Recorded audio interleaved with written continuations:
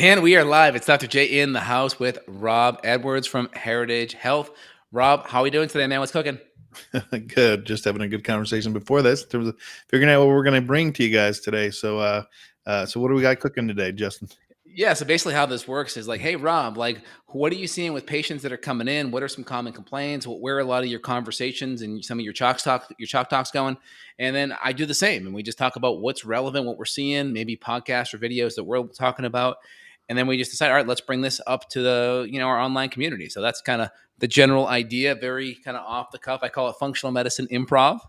So I hope you guys enjoy. And if you guys want to put some topics on our radar screen, comments down below would be great. So today we're talking about weight loss resistance, right? We're talking about why can't you lose weight? What is going on with my body, with my hormones, with my metabolic systems, mitochondria, if you will, and why I'm having a hard time losing weight. And we're going to just talk about some of the top 4 or 5 barriers that I see clinically and what we can do about it. Yeah, absolutely. Yeah, and what we see is a lot of people. I mean, people can have it at any time in their age, right? So it could be genetically. It also could be epigenetics, meaning that it's just something that's changed within your body because your environment has changed. And so, jumping into that, kind of help you to better understand, what are the mechanisms that cause weight loss resistance? What are the particular hormones that are maybe involved in that, and like what are some things that you can do about that to start moving things in the right direction? Absolutely. I mean, I said the first thing out of the gate is just age. So if you're used to being in your teen years or 20s or even your early 30s, being able to do certain habits and maintain a certain weight, and then as you get a little bit older, those habits may not be enough. Or if you're female going into perimenopause, menopause, and that can impact your metabolism and lower your metabolism. And those things may, let's say you were able to get through with certain habits that now those habits have to be a little bit cleaner. Your diet has to be a little bit cleaner. You have to have a little bit more movement or some exercise in your day. We naturally get more insulin resistant as we age. Hmm. Lower growth hormone, lower testosterone, hormones that increase our metabolism tend to drop. And so we have to be more on point with our diet. Also, too, when you're younger, you tend to have more free time. Good luck trying to have kids and maintain all the things that you used to do with exercise, or when you're in your teen or early years, maybe you were playing a sport and those things have now stopped. Maybe you have more stress. And now we're fighting against cortisol coming down on us, which increases, let's say, decreases testosterone, can throw off the metabolic feedback loop, decrease your testosterone, and also mobilizes glucose. So even though you're not consuming a bunch of sugar, it's like you are because your cortisol is mobilizing that sugar and your body is still becoming insulin resistant to it via stress hormones. So all those things are at play. And if we don't start to get good habits in as we get older, these things can really damage our metabolism. Well, just like our culture in general is more sedentary than it's ever been really since the beginning of the world. So that's another big piece is that, you're not going to lose weight. You're not going to be in good shape, obviously, if you're not really doing anything about it in terms of mobility, moving, exercising, those kind of things. Because most people, like even ourselves, like, right, like in our job, like we're here online, we can be sitting in, I mean, Justin's standing up, I'm sitting, right? So there you go. But that's kind of that's the example, right? A lot of people are working from home. A lot of people are sitting all day long. They're not moving. They're not exercising. So that's another piece that goes into play there. Yes. First thing I tell patients out of the gate, let's say you're older, you're at work, and you don't have a lot of time. You work 10 hours a day, you have kids, you have obligations, responsibility. First, you have to find habits that work into NET, no extra time. You just can do them while you're doing your day, right? So the easiest thing, Rob kind of already alluded, stand desk. Just by me standing, I'm actually using muscles right now. I'm Mhm. putting gravity on my body. I'm having to activate my core. That's doing something right there. Just me walking in place right now. I'm doing something, right? I got my little Fitbit around my ankles. So I put it around my ankle because when I'm sitting down at my desk, let's say I sit, I have my little QB pedals on the ground there. So I'm literally pedaling away. And Mhm. then I'll take my desk because this is on wheels, which is kind of cool. I have a treadmill over there. They can go 5 miles per hour, and I'll move my desk right over the treadmill. So my last patient, my last hour of the day, I'll be on the phone with a patient, typing and doing my history while moving. And so I can get 10, 15,000 steps a day while interacting. Now, everyone's job is a little bit different, but you get a good headset like this, and you can be on a phone, not even hear any of the movement. So get a good headset, and you're good to go. Right. So you don't have time, right? Moving like that, 10,000 steps, pedaling, just standing. Those are all simple, easy things out of the gate. Right. More important, that's 20%, 80%, get your diet dialed in, right? Anti-inflammatory, nutrient dense, low toxin, good proteins, good fats at each meal. Dial in your carbs according to your activity. You're sedentary, more vegetables, a little less fruit. You're more active, a little more fruit, a little more starch. Try to do more of your carbs at night. And also, big thing for increasing your metabolism, 5 to 10 minute walk after your meal. Very simple. It increases your GLUT4 receptor sites, pulls that glucose out of your bloodstream into your muscles, which decreases the need to make more insulin to absorb it. Huge little changes out of the gate. Small, simple things. Yeah, and like when we talk about oxidative stress as well. So when we started this whole conversation, we talked about age. So part of the age is on your cells, right? We get oxidative processes. That's going to happen. That's going to make you a little bit more resistant to like hormones or to the nutrients and the vitamins and minerals that you need for your body to work properly. And so, we need to make sure that what we're not doing is contributing to that oxidation. Right. When we make sure that what we're doing is we're actually eating good foods, we're actually putting in good oils, not rancid oils, right? That can actually, your body's got to select what kind of fats it's going to use to produce, like let's say your cellular membrane, by what kind of fat you choose to eat. So if you're eating rancid fats, that's what it's got to choose to make these things. And so we're not, it makes sense why obviously we're having hormone disruption if we have rancid level cells that can't absorb properly and there's damage, there's oxidation damage that happens on that cell in the first place. So oxidation in and of itself happens naturally. And I always tell people I'd rather you die of old age than some kind of chronic disease because you didn't give your body the kind of proper fuel, healthy fuel that it needed so that it could rebuild itself and so that the hormones can do their jobs. 100%. So one, as you age, you're making less thyroid hormone. So your metabolism is lower. That means your mitochondria, as you age, get lower and weaker. Things that bump up your mitochondria are going to be resistance training, movement. That bumps up your mitochondria. Also, like you said, Rob, if we're doing too much sugar, too much processed carbs or flours or grains or glutens, that's going to increase insulin. That's going to increase advanced glycation end products. That's going to mean more oxidative stress. More oxidative stress weakens your mitochondria. Now we add in processed fats that are going to be more oxidizable, right? More rancid, more lipid peroxides. These are your processed vegetable seed oils, right? They're not cold pressed, cold processed. Think canola, safflower. Again, small amount of these is okay, but you want 80% of your fats to be solid, healthy, saturated fats, or cold pressed, monosaturated. Think avocado oil, think cold pressed EVO, extra virgin olive oil. But then outside of that, maybe coconut oil and then ghee or high quality saturated fats, tallows, those kind of things. But that's going to be helpful because like Rob said, you're making your cell membranes and your cell membranes help communicate with the rest of your body. And saturated fats are resistant to oxidation. Polyunsaturated fats are definitely pro-oxidation, which means that's going to negatively impact your mitochondria, and your mitochondria is where you generate ATP, right? Do a little crash course of our Krebs cycle. Glycolysis, where our body takes glucose and converts it to pyruvate, and we get about 2 to 4 ATP there. And then it runs around our Krebs cycle 2 times per molecule of acetyl-CoA. Everything goes from glucose to acetyl-CoA. Acetyl-CoA pumps around the citric acid cycle twice. We get 3 NADH and 2 FADH. 3 NADH and 1 FADH2 per time. So it goes around twice. So you get 6 NADH and 2 FADH2. Which they're gathering hydrogens. It's a reducing compound. You're gaining hydrogens. Those hydrogens now go into the electron transport chain where you generate another 32 to 34 ATP. That's how your body's doing it on a cellular level. Now, if we don't consume the B vitamins and the magnesium and the amino acids, we're not going to run that. If we consume lots of processed carbohydrates and inflammatory foods, we're literally not getting the nutrients to run that.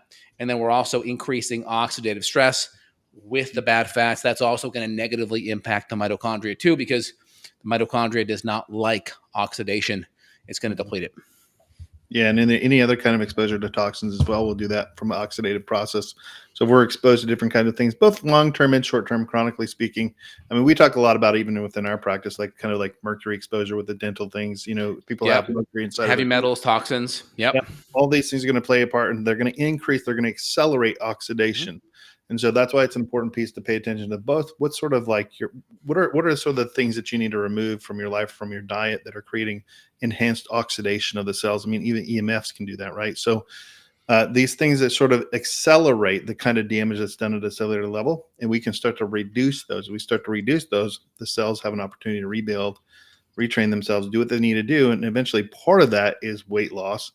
But some of the other common things that we tend to see along with weight loss with people, especially in their 40s and 50s, brain fog, joint pain, fatigue, right? All these other pieces, because they go into what Justin's talking about, is mitochondria. And if your mitochondria is low and it's low in your brain cells, that's going to be different than if it's low in your heart, low in your muscle cells, where the cells are. And we can use red light frequency to also stimulate our mitochondria. Here's my little class 3B laser. It's an Avant class 3B. It's the LZ30X. It's the highest rated one. 1200 or 1000 milliwatts for red light, 1300 for infrared. So 635 and then 805. But here's one for inflammation. Is an inflammation setting. I have autoimmune thyroid, so this is a red light. I can go right over my thyroid area just to give my metabolism a bump. Now, lasering your thyroid is actually contraindicated, but it's only contraindicated because it can lessen your need for thyroid hormone, which then means you may be overdosed. And so as long as you're working with someone and testing your thyroid out, I don't see a problem with it. There's lots of studies on the red light, 635 and 805 infrared frequencies being very helpful at reducing inflammation on the thyroid. Also, just shining it on my body too. I have a red light panel where I'll get my whole body covered, but I can, go right over my thyroid. I can go right over my adrenal glands. Again, the red light won't hit the adrenals, but the infrared potentially could. Infrared can go 4 centimeters deep, so that can go a little more deep. How long are you supposed to do that with that? I can do it 5 or 10 minutes. I have this on a setting, so it goes from red light to infrared, 30 seconds on, 30 seconds off. Normally, you'd manually set it, but I went in the controls and I adjusted that. So that's red. See how it just switched? So I have it going red to infrared.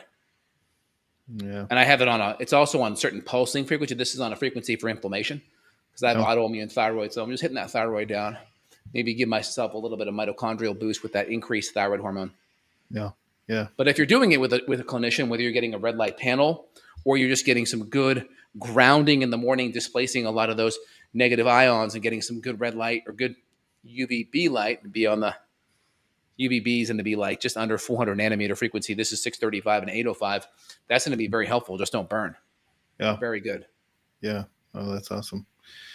Yeah. So modality wise, so we talked a little bit about diet, of course, dialing in your diet, but not just from the perspective of, eating better, but also like we just talked about is stuff that's less oxidative. So the right kinds of fats, the right kind of things as well that you're bringing in. Give your body a break. Give your immune system a break. Right? Eat clean. That's going to make a big difference, especially if you're older and you have some of this resistance to weight loss. And then we have sort of rest, right? Resting your body. And so, sleep. Getting proper amount of sleep, right? Proper amount of relaxation, even because some people are stressed all day long. That's producing an overabundance of cortisol, right? You can get stuck in the cortisol loop. And all of a sudden you can't digest properly because your body's going into more of a sympathetic mode or a fight or flight. And so your digestive resources are now going to your muscles. Now we're having a digestive issue, right?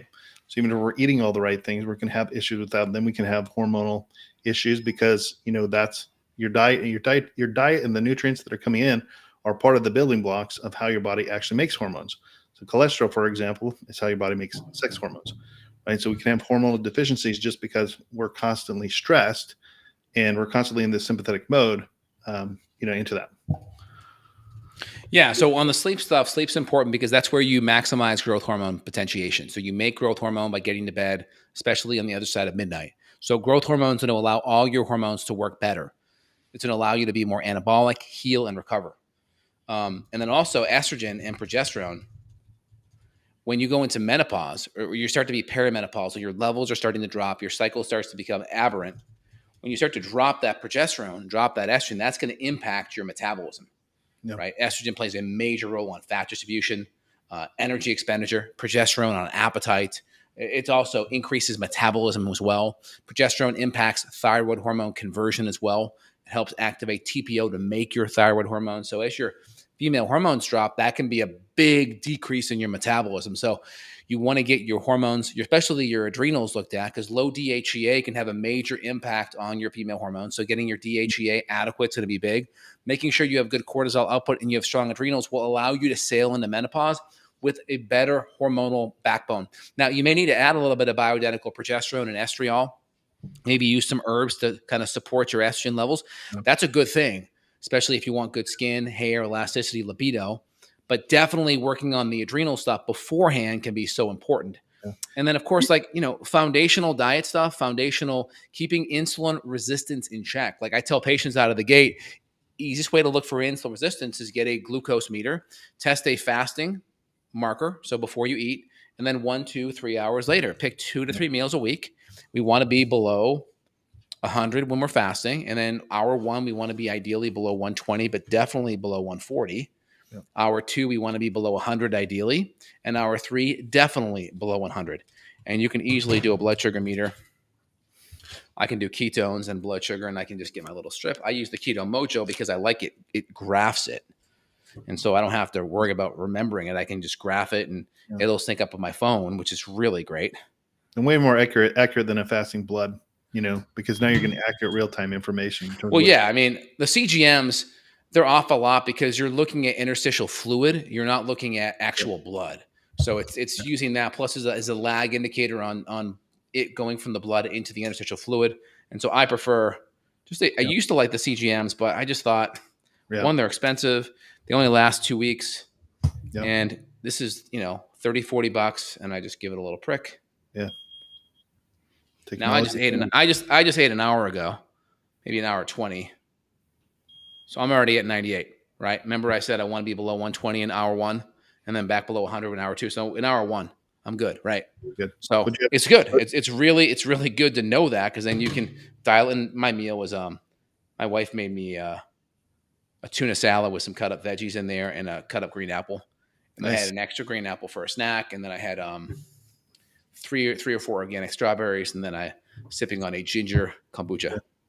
Let me ask you about the estrogen progesterone in terms of like what you like to do with that, because I know some people will just, people are kind of towards menopause, they'll cycle it. Some people don't. They just sort of have you consistently on it. Do you kind of work? How do you like to do that? If a woman's cycling, you need to cycle it because you want to support the body where the body's at. And so if the body's decided, hey, I'm no longer cycling, that just means that you haven't had a period for a year. Yep. Then you can start to give the hormones daily because the body said, okay, our pituitary gonadal feedback loop is now, it's kind of given up on it. It's done. Now, again, I've seen patients who weren't healthy, didn't have a period for years. They come in, we get their diet going, we get them healthier, we get them digesting their food better, eating them really great, and then it can jumpstart back, right? And so you got to look at context of where someone's at. So I always default to waiting till I know 100%. We can always look at someone's pituitary and look at LH and FSH and see if it's really elevated into that range, because those hormones are, let's say, pituitary hormones, and they go up when we're in menopause. When it's been a while, there's dysregulation, they start to go high because they're essentially screaming at the ovaries, come on, make more. But the ovaries are like, hey, our follicles are all gone. We're good. We're tapped out. Yeah. And I know that there's some, there's some things in terms of, excess estrogen, obviously excess cortisol, that both kind of contribute to sort of this weight loss issue that we're talking about. So elevated cortisol, for example, fat storage and distribution, that's what you'll start to see, especially around the, gut area, that kind of fat tire look, and then the visceral organs where we don't want to see them. That's sort of the white or the bad fat that people talk about. So that happens with this elevated cortisol response that we can have. When Justin's talking about DHEA, what he means is the opposing opposite to that. So cortisol is your using hormone, and DHEA is your rest and rebuild, or rest and digest hormone, right? Yeah. It sort of comes in on the other side of it. Yeah. Cortisol goes more down the anti-inflammatory glucocorticoids pathway. So anti-inflammatory glucose energy. DHEA goes more down the sex hormone pathway. Mm-hmm. Yeah. And again, if you go up one stream, you have pregnenolone there, and pregnenolone goes cortisol. It can go sex hormones, and it can go also down your mineral corticoids. Yeah. Now we had a question: how do we bump DHEA naturally? We can give bioidentical DHEA. I like to microdose it throughout the day. We can give herbs. We can give herbs like ashwagandha, ginseng. We can give things like eleuthero, maca, rhodiola, tribulus. So there's different herbs we can do. And especially if someone's not quite menopausal yet, we'll definitely give some of those herbs to work on the feedback loops and to work on the hormones at the receptor site. So they can be very helpful too. Yeah, naturally speaking, in terms of brain rewiring, it's a sympathetic response that's keeping the body catabolic. So if you can relax that, learn how to do some meditations, or maybe tapping, box breathing. There's all kinds of methods that help you to get into more of a parasympathetic state. So when you're looking at DHEA, it's synonymous with parasympathetic state. And your body naturally will do that through your adrenal glands, but you've got to be able to calm yourself down enough. And we just live in such a high stress environment nowadays. Or I even think sort of a high entertainment environment, right? Because sometimes stress is just the fact that you're up until 1 o'clock in the morning flipping through your iPhone, and you're not feeling stressed. You're feeling more interested in the content that you're looking at, but your body is stressed. So you're still very much in a catabolic sympathetic state, and you need to relax. 100%. And when we're sympathetic and catabolic, guess what? We don't digest. We don't make enough hydrochloric acid and enzymes. So then if we're eating good protein, eating good fat, we may not have good digestion. And we have Yeah. to be able to break down and absorb the nutrients, the building blocks that make our hormones. I mean, again, your hormones are going to be mostly cholesterol based, with the exception of insulin, that's just a peptide hormone, and growth hormone, right? They're all going to be, and then those are amino acid based, right? But cholesterol, most proteins actually come with cholesterol, right? Unless we're doing a protein powder, we're getting cholesterol in there. So we need to have the building blocks to actually make our hormones. So if we're vegan, vegetarian, we're trying to avoid those foods, that's going to negatively impact your body's ability to make good hormones. So make sure that's dialed in. Make sure we get the glycation in check, so we're not overdoing the carbs. We're not overdoing the processed inflammatory fats that could be screwing up our cell membrane and increasing oxidative stress. Make sure we have extra nutrients on board. We can run an organic acid test to see how our mitochondria do. We can look at our CoQ10 markers, the energy production markers, our carnitine markers, 3-methylglutaric, our CoQ10. Yeah. So we can see how these energy pathways are doing, and we can give more of these nutrients, which we may need more of. If we have MTHFR or FIGLU or 4-aminoglutamate issues, that may mean we need more B12, more folate, more B6, which are really important for our neurotransmitters and mitochondria as well. Yeah, and I think it might be a good idea one day. You and I talked about this, is maybe bringing up some of these labs at some point, helping you guys see how we actually look for these things in these kind of situations, because that's super helpful, I think, for people to understand what are the pathways that your body is choosing to go towards. Why does it matter? Like, how do you make some adjustments and those kind of things? But also, if we have a chance during this conversation talking about sort of how do people poorly manage their weight, what is sort of the big misconceptions? Because I think a lot of people are willing to do just anything to lose weight, and they really hurt their bodies doing it. Like, for example, the calories in, calories out, that it doesn't matter what calories I'm eating or not eating. And it absolutely matters that you're having a nutrient-dense food that are coming inside of your body, because that's what's going to build up your body. That's what's going to give it the ability to make the energy, versus just simply losing weight.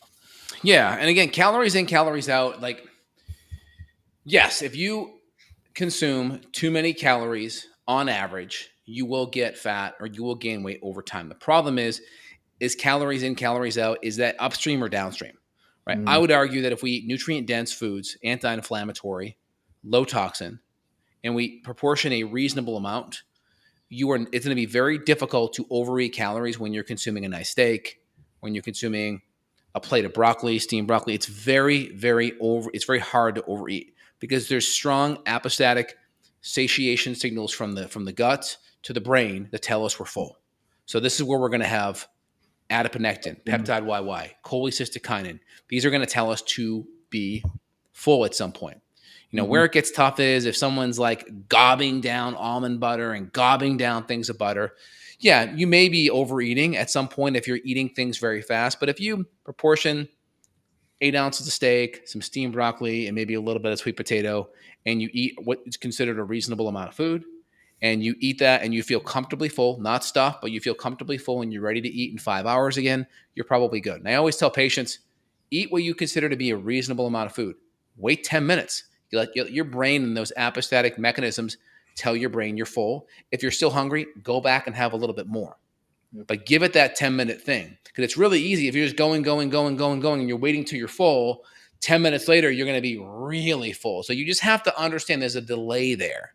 And so if you compensate for the delay and you kind of wait and say, okay, am I good? I'm going to wait 10 minutes. Then you're usually pretty good. But they've done lots of studies on this. When they even look at Atkins diets or keto diets, they actually sometimes undereat or actually go lower calories than the other groups, partly because of the feedback loop of the food you're eating. So that being said, are you letting calories drive your meal? No, but they end up falling in place when you have good feedback mechanism. Now, there's some people where there may be broken satiation loops because they have damaged their metabolism, and this is where putting a sample day in Chronometer or MyFitnessPal and planning out what that food should look like and eating according to what a good meal should be, and just trusting that is a good way to do it. So that's good. And just not eating so fast, because if you're eating really fast and I'm just doing gobs and gobs of almond butter and I'm waiting till I feel full, I may overeat there, right? So pacing out your meal, having a reasonable amount of time, making sure protein and good healthy fats are the foundation is going to be the great. And then making sure you have some good healthy vegetables, because vegetables, they're very low calorie, they're nutrient dense, but they also stretch out your stomach. They really get that gastric cephalic phase of digestion going, so you get that feedback loop to the brain, I'm feeling full.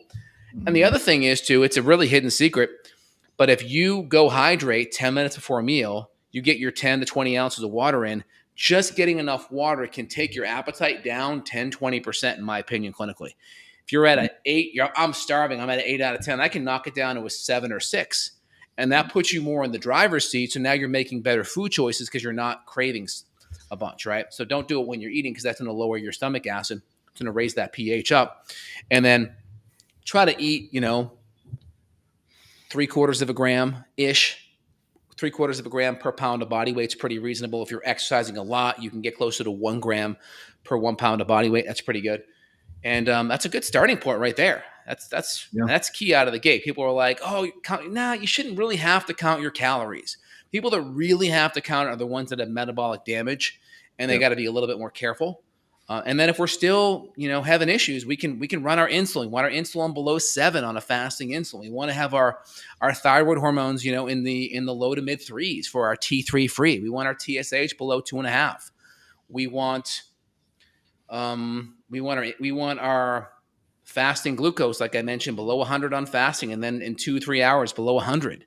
These are some good signs. We can do our basal body temperature. We want it at 97.8 to 98.2 for your armpit, 98.2 to 98.6 for the mouth. That's a pretty good general indicator. So it's a lot of things we can look at to get a sense where we're at. And I think even like people that struggle with sugar cravings, for example, one of the reasons for that to happen is sort of insulin resistance, that we can't, inside of your cell, it's not able to actually get the sugar inside of the cell the same kind of way. So now you got a feedback loop asking for sugar, asking for sugar, asking for sugar. And that's part of the cravings issues with that. But that's a big piece that I know that a lot of our clients struggle with, is the sugar craving. And it's almost like when you're asking them to change their diet, and you and I talked about this beforehand, it stresses them out, because they're like, well, that's me eating sugar. That's what gives me I feel okay then. That's what I do to normalize myself, similar to what coffee people do as well. Right. Yeah. And I had actually a little piece. I had the Unreal dark chocolate, which is the chocolate covered dark chocolate over coconut, but very low sugar amount, a couple grams, not bad. But that's like a good fat and a good high quality antioxidant dark chocolate. So that's actually satiating, right? Yep. And it's low sugar. And so that's a good option when you're going to have a treat. Just choose a healthier treat. But what happens is when you're insulin resistant, your body is a sugar burner. So it preferentially wants sugar. We want our body to be a fat burner. But when you're transitioning, there's enzymes that have to upregulate, and it takes a while for these hormone sensitive lipase, fat burning lipolytic, right? Fat breaking down enzymes to upregulate. And so when you start to decrease the glucose, your body's not quite ready. It doesn't have the metabolic enzymatic machinery online yet to start tapping into fat. So it's seeing the sugar gone, and it's like, I need more sugar, because it only can tap into sugar for fuel. And so it's creating that craving because your body wants more of it. And so you just have to understand that and know that. You can either just go cold turkey and just say, no, I'm going to just get the proteins and the fats up, get the ketones up. That'll help knock down the suppression. We can give more amino acids to help tell the brain it's okay, bump up the serotonin, the dopamine, and B vitamins to tell the brain, hey, we're good, get the reward signals up. And you can also just kind of slowly progress down with maybe more low sugar fruit in between as a treat, blueberries, handful of this as you're transitioning down. And that's fine too, because at least you're getting a lot of fiber, a lot of nutrients, and it's also not going to derail you like processed sugar or flour or grains would. Yeah. And so it's a really much more of a long game until, like Justin was saying, until your body starts getting adapted, like fat adapted, right? Because what it's at, if you're having the sugar crazy, it's more sugar adapted. That's what it wants. Yeah, and not everyone has to be that strict. Most people, if they're at a decent weight, are going to be able to do some fruit. They're going to be able to do some starch. But if you're at that heavier weight, or you're struggling, or you have some mitochondrial issues, or you've been gaining weight for decades, then it's always good to come out of the gate, be a little bit more restrictive. Just do more vegetables and or low sugar fruit, and then good proteins and fats are the foundation of the meal. And that's going to get your brain on track. That's going to have those feedback centers really dialed in, so you're not going to feel the cravings. But just know the first 2 to 4 weeks you could. And then just a 5 to 10 minute walk after a meal is big, because you're starting to take those GLUT4 receptors on your muscles and you're pulling the glucose in, and that doesn't quite involve a lot of insulin. And so that allows you to utilize the extra sugar without making a bunch of insulin. So then you become less insulin resistant with movement. That's why, when you're younger and you're doing a lot of exercise, you can get away with eating a lot of crap, because you're using exercise to gobble up the glucose that's in your bloodstream versus having your body convert it into glycogen or convert it into fat in the liver or in the body. Yeah. And there's kind of one other touch point there is in terms of volume, right? So like we as Americans, we eat a lot, right? And so toxicity, anything is toxic if there's too much of it, right? You can have too much water, right? So sure. Absolutely. too much. And so like we eat a lot of food. So for some people, when you eat too much protein, you eat too much fat, you eat too much sugar, right? Your body gets stressed out because that it's too much for it all at one time. It's So hard to eat too much protein or fat. You'll get nauseous. I yeah. mean, just go try eating a dozen eggs tonight. Just see how you feel afterwards. You'll be like, Mhm. oh, you will not Mhm. feel good.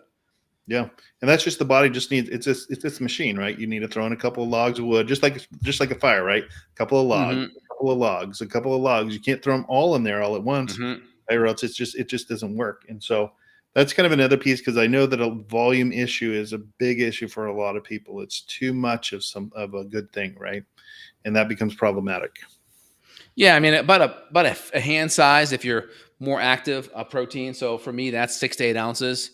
I may go 10 to 12, or and then I try to max out. At least two fists full of vegetables Yeah, because that one it makes me feel full. Two, you get some good micronutrients, some good potassium, and then I may adjust my fruit and starch based on how active I am. yeah, And then that's a pretty good rule of thumb out of the gates. And ideally, you want to get your protein at least over 2 to 3 meals. It's hard to do it all in one. Even two is tough. If I need 200 grams of protein a day, or let's say 175, it's hard to do that in 2 meals. It's yeah. doable. It's really hard in one meal. It's really Yeah, and hard. I'm not a big fan of like over juicing, but I do know like for myself, for example, it sometimes I hate eating vegetables. It's just the reality. And so I will juice those. But what I do is that Ultima, the Ultima lemon. So Yep. instead of putting like apples in there, I'll juice up a bunch of vegetables, right? And then what I'll do is I'll put Ultima in there, the lemon, and it like tastes great. And I'm getting a ton of the vegetables. Now I still want to obviously get in the I'll usually eat on the side something for fiber as well, so that I have that. But that's just another way that you can get these things inside of your body if you're refusing. I mean, the best case scenario is you need to get this stuff in your body, right? Nutrient Yeah. density needs to get inside of your body. So Yeah. I look at steamed vegetables as a wonderful vessel for butter. So butter and salt, yeah, right? Good absolutely. healthy fats, good healthy electrolytes, right? Very good rich potassium, magnesium. Like my kids this morning, one of them wasn't that hungry. He was having a little bit of a cold, and so we just gave him some coconut milk, and we got him some chocolate collagen powder, and we added in some green powder as well, which is basically a bunch of dehydrated organic green vegetables. And Yeah, so he walked away with some good nutrients. I gave him some fish oil and some amino acids for brain function and some glutathione, and he rocked it out, no problem. So there's a yeah. lot of strategies that you can implement. There's one little piece that I want to say there in terms of toxicity. And I saw this the other day. I don't know if it's real or not, but it was a can of corn, and inside the corn there was a warning label on it. There's lead inside of it. Now, I don't know if it's true or not, but I know that obviously we're not talking about canned vegetables, we're not talking about canned corn, canned whatever. When we talk about fruits and vegetables and that kind of thing, fresh is best, at least in my opinion. Frozen is next best. And if Mm-hmm. it's a cost thing, fresh is going to be more expensive. Frozen is going to be less expensive. Yeah, and try to get your food twice a week if you can. Like I do Instacart a lot, and so I shop for like 3 to 3.5 days of food. That way I keep it fresher. Like I just noticed, like my wife will go to Costco and get some like really good organic blueberries, but like by day 4, it's like they're cooked, and so if you're buying all your stuff for one week, it can be a little tough. Not everyone's in that position where they can shop twice a week just because of time, right? But if you can break it up, and you're going to get better quality produce for sure. Yeah, fresh because again, those oxidize too, right? So it's like Mm-hmm. I think somebody did. I listened to this person talking about this the other day that an apple picked off of Mm-hmm. like freshly picked off actually has some nutrients that are in it that don't show up at all Yeah. in it anymore 3 days later. Yeah, and I'd rather personally be doing, clean 15 non-organic if it's fresh versus organic that's at the end of its life. So Yeah, I'd rather choose, look at the clean 15. These are ones that don't they harbor more of the pesticide residue on the surface, and then you can wash them off a little bit more. And you can think about peels, think about avocados, right? Think about bananas, right? These are foods that you can get fresher if they're more conventional, which may be better if your organic option is a little bit older. yeah. And maximize wise, I know most people say protein. Best bang for your buck if you're going to try to eat healthy if you're on a budget is protein, right? Yeah, when I was a poor college student, I mean, for me, because if you think about it, right, even the most expensive, best quality eggs, let's say you're getting Vital Farms eggs, right? That's like $7 a dozen, right? I would consider like 4 eggs like a meal, right? And so that's at like $2.50 for my protein for a meal. That's still a really good meal if I'm doing 4 eggs. That's still a pretty cheap meal. Like you're under $3 a meal. Maybe you have some steamed veggies. So you could easily create a $4 meal with Yeah. some good protein and some good fat, and then you maybe throw in some ghee when you're sauteing those things, you're set. Where I would do chicken thighs with the skin on, that was always an awesome meal. Yeah. I love that as well. And those would be my foundations right there. And you could always do some ground turkey as well, or ground chicken thighs, or you do the ground beef. That's like an 80-20 or 75-25 with the fat in there. Try to make it grass fed. And you got, more options now because of Costco and Target having some of the grass fed, 100% grass fed beef. So there's a lot more options there as well. And the price is coming down quite a bit. So that's great. Yeah. And I will say just one little thing that, a lot of people will say, well, I don't know what to do. And my answer to that most of the time is like, well, then stop and think a minute, because I think that most of the times you do. Right. So if you stop and think about, is there a way for me to get, because the whole concept is like, it's too expensive to eat healthy. Right. Well, how much does it cost to get a Paleo Valley stick, like of meat? Right. That probably costs you like what? Maybe like $1.50, $2. Mm-hmm. How much does it cost you to go to the store and get like apple, orange, something like that? If you're getting one of them, right? Let's say we're talking about maybe $1 or $2. So you can literally get a whole meal just by going to the grocery store for like $3, $4, and you can't even get that at fast food. So you can't. You can eat healthy still. It's just a matter of a mindset shift and making some better decisions. Yeah, I would even buy the coconut oil. I'd buy a gallon of it. And with my meals, if I ate let's some leaner protein. Oh, also I do the skipjack tuna. Yeah. A little bit of olive oil, cut up an avocado.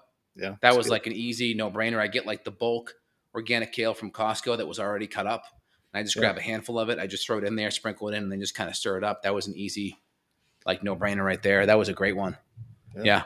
Love it. Easy, simple stuff. So big things out of the gate, right? There's a lot of testing that you can do. You're a female, you're perimenopausal, menopausal. You want to get your hormones looked at, right? Even if you're a guy too, you're getting older in your 40s, 50s, you may want to look at testosterone, may want to look at your adrenals, cortisol, DHEA. These could all be good things. Looking at your blood sugar, looking at a functional glucose tolerance, fasting 1 hour, 2 hour, 3 hour, pick a couple days during the week, see how your blood glucose does. Get below 100 within 2 to 3 hours after a meal. Exercise. Shoot for 10,000 steps a day. If not, you can, like what I have over here, my office. That's my assault bike in the corner. See that? So I have an assault bike, a Rogue Echo bike. Love it. I do 5-10 minute sprints on there. Really easy, simple. It does arms, it does legs. So look for an assault bike or look for a elliptical. I like arms and legs, and it's not a bunch of impact. You're not pounding your joints, right? Something like that's good. Rebounding is good. Yeah, rebounding, good for the lymph. Kettlebell swings is a really easy, simple total body thing. Yep. Get to bed before midnight. We can do some organic acid testing. We can look at your mitochondrial nutrients, look at CoQ10, look at B vitamins. We can look at glutathione. There's a lot of things we can do to look at deeper nutrients imbalances that could be present. So there can be some things we look at on the functional medicine side, but there's a lot of things that we can do, just diet, lifestyle, sleep, inflammation reduction here that don't even involve any testing. Yeah, but I think to your point, though, testing is really good if you are getting older, because that's just giving you more. You're getting more specific to what your specific body needs, and overall, from the investment standpoint, it's not that bad, right? To understand what you need to do over the next 5 years, 6 years, whatever else, because we can see it's going to go a long way, especially because as we know what to give people, what they're lacking. Your energy starts to improve, your mitochondria starts to work better, right? People have more of an opportunity for the body to work properly. So testing is a really, really helpful and advantageous thing. Some practitioners can go overboard with some of this stuff, but at least, like you said, getting a good organic acids in, a good couple of things that maybe show some toxic potential issues as well with people, and that can go a long way for somebody. I agree. And guys, if you want to reach out to Rob sees patients all over the world at heritagehealth.life, heritagehealth.life. And I'm Dr. J here at justinhealth.com. Feel free to reach out to us. We do consults if you want to dive in deeper. We'll put the links down below. All right, Rob, anything else you want to leave us with? That's it. It was a good talk. We were trying to go for 20 minutes, and what did we hit? Where are we at? We're at like 30, almost 40. Almost 40, yeah. We doubled it. Yeah, no, what do you expect? We're going with the flow here, right?